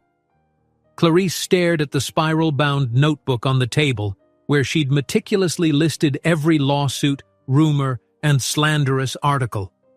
She exhaled. "Let him try," she said. "I'm not folding." Leah paused.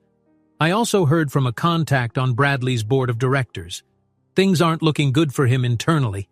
His shareholders are starting to question his leadership." That news sent a small thrill through Clarice. It meant her revelations from the gala had drawn real blood. but she also knew a wounded beast was most dangerous when cornered. "He'll pull out all the stops," she replied grimly. Her suspicions proved right. Within days, Bradley's legal team hammered her with letters alleging that Clarice's small but growing enterprise was violating trade secrets, claims as baseless as they were aggressive. Investors called nervously, asking if the negative press and ceaseless attacks would derail her product launch. She could hear the worry in their voices, the subtext that if she didn't neutralize Bradley soon, her dream could collapse under the weight of scandal. Even Tanya's cozy apartment, which Clarice still treated as her second home, began to feel like a fortress under siege. One evening, the twins were in their crib, blissfully unaware of the storm raging around them, while Clarice and Tanya slumped at the kitchen table. Newspaper clippings, legal documents, and sticky notes covered every inch of the surface. Tanya clicked her tongue. "This is madness," she said, shaking her head at the threatening letters from Bradley's lawyers. "Can't he see how much harm he's doing?" Clarice's gaze flicked to her sleeping children in the next room. "He doesn't care," she whispered. "All he sees is power slipping through his fingers." Tanya set a warm hand on her arm. "I'm here, whatever you need. Don't forget that." As she trudged back to her office the following morning, Clarice received a call from her mentor. His voice was laced with concern. "You need a decisive move. This back and forth could drag on for years." Her mentor paused, then asked quietly, "Have you considered acquiring his company before he tears down yours?" Clarice's stomach flipped. The thought had crossed her mind, but it always felt like a last resort, morally dicey. It would mean forcing Bradley out of his own empire, taking over everything he'd built, no matter how corrupt it might be. The idea sat heavily on her conscience, yet she couldn't deny the logic. If she didn't act, he might succeed in destroying her startup with endless sabotage.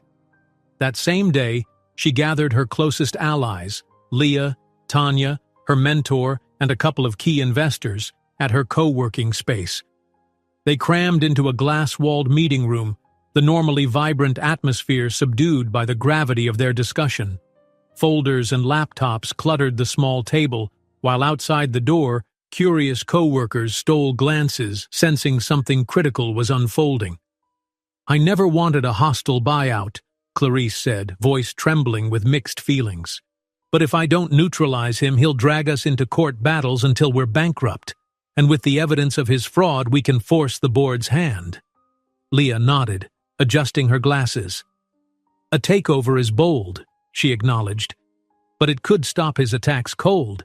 You'd assume his client base, his resources, and you could clean house." Tanya looked pained. "It means taking everything from him. Are you ready for that?" Clarice gazed down at her knotted fingers. "He's threatened my children's future. He's tried to ruin me at every turn. I hate the idea of stooping to his level, but I can't let him crush what I'm building. I won't." Her mentor flipped open a binder. "We've talked to a few big players on Bradley's board. They might be willing to sell their shares given the damage to his reputation. You just need enough capital to make a legitimate offer." Clarice's mind reeled. Where do I find that kind of money? Even if they're selling at a discount, his company isn't cheap. One of her key investors, a gray-haired woman with kind eyes, spoke up. "We've lined up a coalition of backers who trust you, Clarice. Believe in your integrity more than Bradley's. It's risky, but they're ready if you are." A hush settled in the room. She recognized the magnitude of the choice before her. Buying out Bradley's empire wasn't just a business move. It was a direct strike that would end him as a threat. But it could also mean stepping onto a bigger, more treacherous stage. She took a steady breath, recalling all the nights she'd cried, locked out of her own home after giving birth, remembering the day he tried to deny his own children, the vicious lies he spread. Her anger flared again. If this was the only way to ensure her kids had a secure future, and that justice was served, then so be it. "I'll do it," she said firmly, her voice trembling just a fraction. "Let's move forward." After that meeting, the days blurred. Clarice juggled conference calls with potential investors, prepared legal paperwork with Leah's help, and quietly reached out to Bradley's board members who were tired of his scandal. She found them more receptive than she'd expected. Apparently, they'd been alarmed by the swirl of negative publicity, and her revelations of fraud had rattled their confidence in their CEO. Still, it was a race against time. Every day brought new intimidation tactics from Bradley's camp. Ominous letters, rumors about Clarissa's supposed violent temper, even thinly veiled threats that she might lose custody of the twins. She woke up each morning with a knot in her stomach, unsure what new crisis might erupt. Despite it all, her startup continued to gain traction. The product's beta launch went smoothly, and press coverage pivoted from scandal to curiosity. Could Clarissa's rising tech star overshadow her powerful ex? Investors who once hesitated now inched back, intrigued by her resilience. She felt a swell of pride at how her team kept forging ahead, united by a vision of innovation that soared above the ugly fight on the sidelines. Late one night, she sat alone in the empty co-working lounge, finalizing documents for the takeover. Rows of overhead lights buzzed softly, and the city sprawled outside the windows. She sipped cold coffee, exhaustion tugging at her eyes, but adrenaline kept her upright. This was it, the final push that could topple Bradley's fortress of lies and secure her path forward. Her phone rang, startling her. The screen showed an investor's name, one who'd been instrumental in piecing together the funding. She answered, heart pounding in her ears. "Clarice," said the investor, voice tinged with cautious optimism. "We've just heard from the board. They're ready to sell. All we need is your signature tomorrow morning." She closed her eyes, relief and fear mingling. "So that's it?" she asked quietly.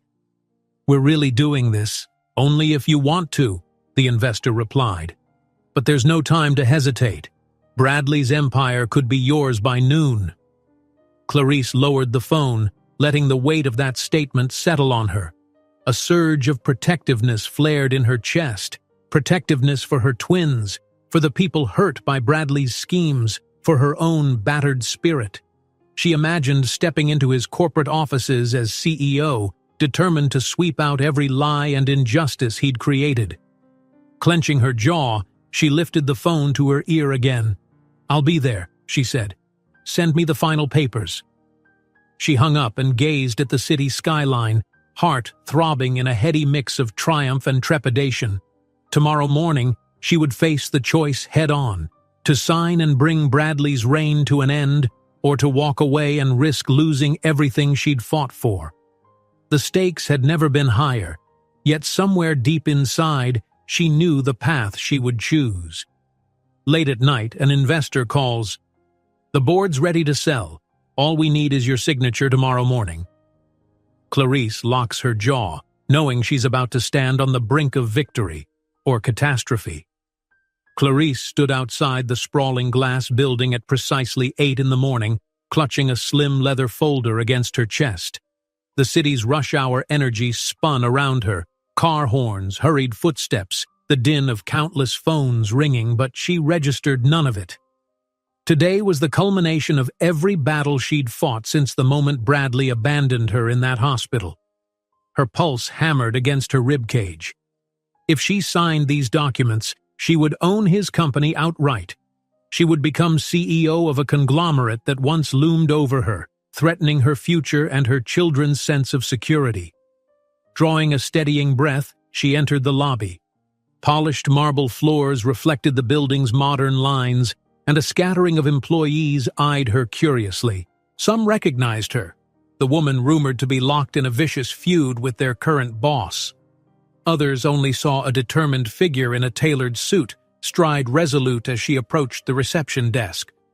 A middle-aged receptionist stood from behind her station, gesturing toward a row of elevators. No words were exchanged. Clearly, Clarice was expected. When she stepped out onto the executive floor, 2 familiar faces waited, her mentor and Leah, the junior attorney who had become a vital ally. Their eyes flickered with relief to see she'd arrived. Leah pressed a final stack of papers into Clarice's hands, voice hushed. "This is everything. Once you sign, you'll be the majority owner. No going back." Clarice held her friend's gaze, mustering a confident nod. "I'm ready," she said, though her heart still pounded. Her mentor placed a reassuring hand on her shoulder. He'd seen her evolve from a humiliated young mother into a formidable entrepreneur. Now the final step lay just a few rooms away. The boardroom door stood slightly ajar, revealing the polished table beyond.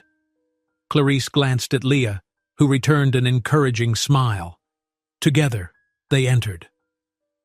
About half a dozen people in suits sat around the gleaming surface, shifting uncomfortably at Clarice's arrival. She recognized some, key board members, previously loyal to Bradley, now visibly uneasy.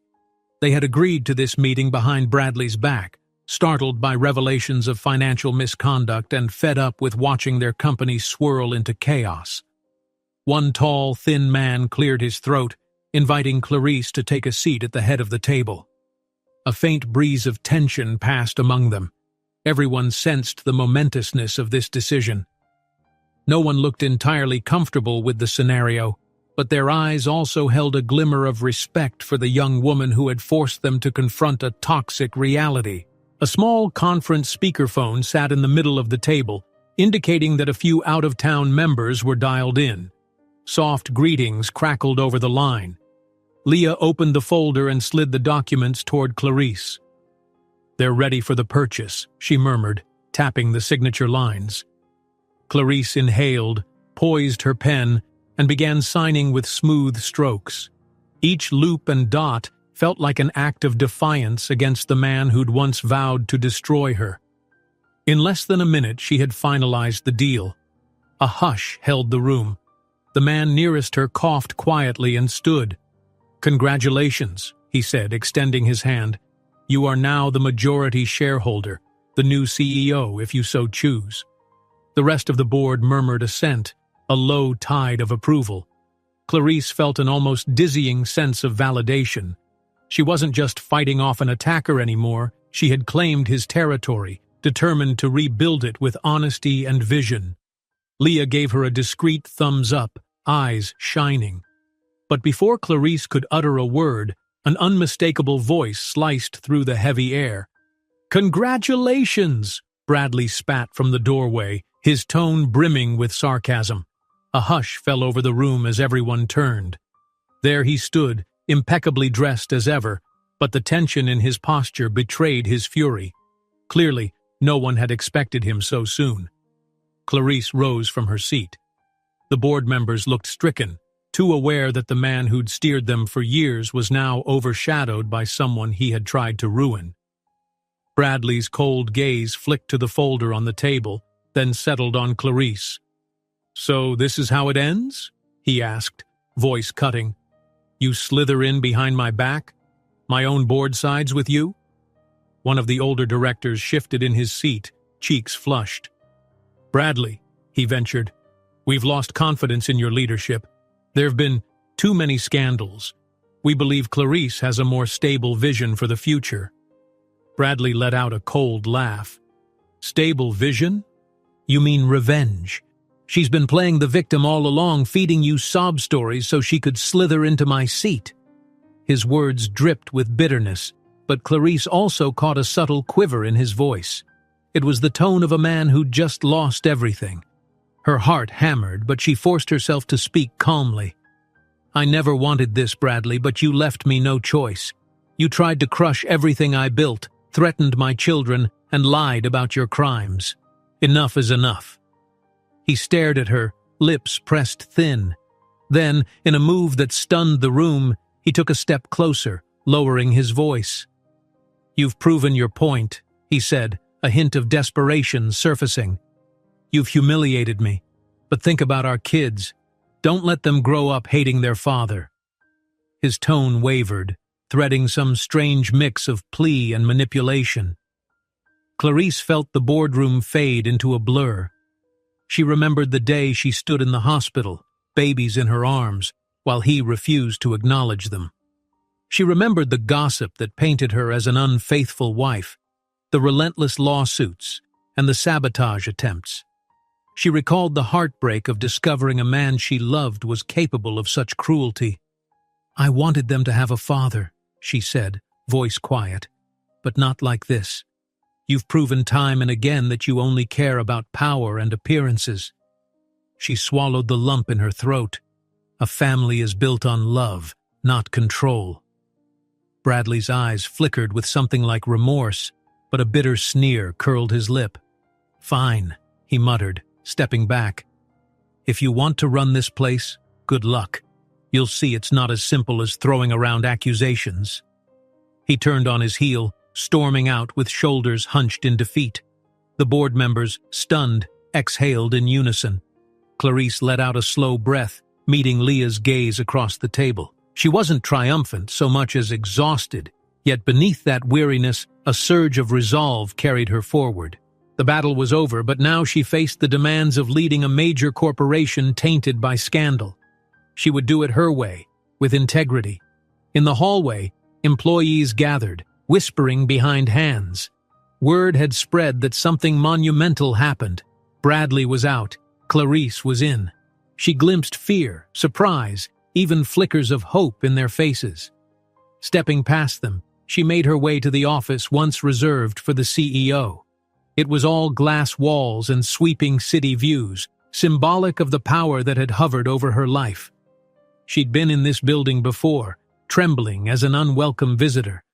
Now, she was here on her own terms. The rest of the day felt like a whirlwind, signing transition documents, meeting department heads, forging a plan to address the company's battered public image. A flurry of messages lit her phone, journalists hungry for statements, investors seeking clarity, and friends offering heartfelt congratulations. She even received a cryptic email from a longtime board member revealing something she'd long suspected. He had been her anonymous investor, funneling resources to help her fight Bradley. He had seen her strength long before the rest of the world did. Late into the evening, she finally stepped away from the frenzy, heading down to Tanya's apartment. The twins, already dozing, stirred as she approached their crib. She gently stroked their cheeks, feeling overwhelming love. The knowledge that she'd secured a safer future for them now burned brightly in her chest. The next morning, Clarice held a press conference in the building's polished lobby. Cameras lined up in neat rows, microphones angled to catch her every word. She had one simple goal: lay everything out openly. Bradley's fraud, her own takeover, and a promise to rebuild from the ground up. Journalists fired questions. Are you seeking vengeance? Can you handle such a large conglomerate? What's next for Bradley? Clarice answered calmly, her voice threaded with unwavering conviction. I'm here to set the record straight and steer this company toward honesty and respect. When the final question trailed off, she paused, scanning the sea of cameras. She thought of the heartbreak and hurdles she'd endured, locked out of her home, ridiculed in the media, forced to prove her children's right to a father's name. Now she stood on the other side, not broken, but forged anew. She took a measured breath and spoke directly to the reporters, her voice warm yet firm, as if addressing each person individually. I am Clarice, she said, her words carrying to the far edges of the hushed lobby. I'm a proud woman of color, and I'm the mother of 2 children who have shown me more courage than I ever thought possible. Yes, we are the face of a new empire. The cameras clicked like a chorus, capturing her steady gaze. A wave of silence washed over the crowd, as though they were witnessing not just the end of a story, but the birth of something larger. She felt Bradley's absence keenly. He had chosen not to appear, unwilling to face this final moment of accountability. And that, too, spoke volumes. At last, security guided the press toward the exit. Clarice remained behind, letting the significance of it all settle in. She glanced through the glass walls at the city beyond, feeling both a sense of closure and the start of an even greater responsibility. No matter what came next, she would face it with the same determination that had carried her this far. Bradley, financially ruined, seeks forgiveness or reconciliation with Clarice and the children, but she makes it clear that true family is the one that loves without prejudice, and that his time has passed.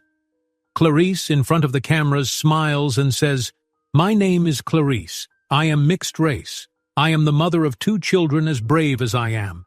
And yes, we are the face of a new empire." If you enjoyed this story, don't miss the next one. Just click on the screen.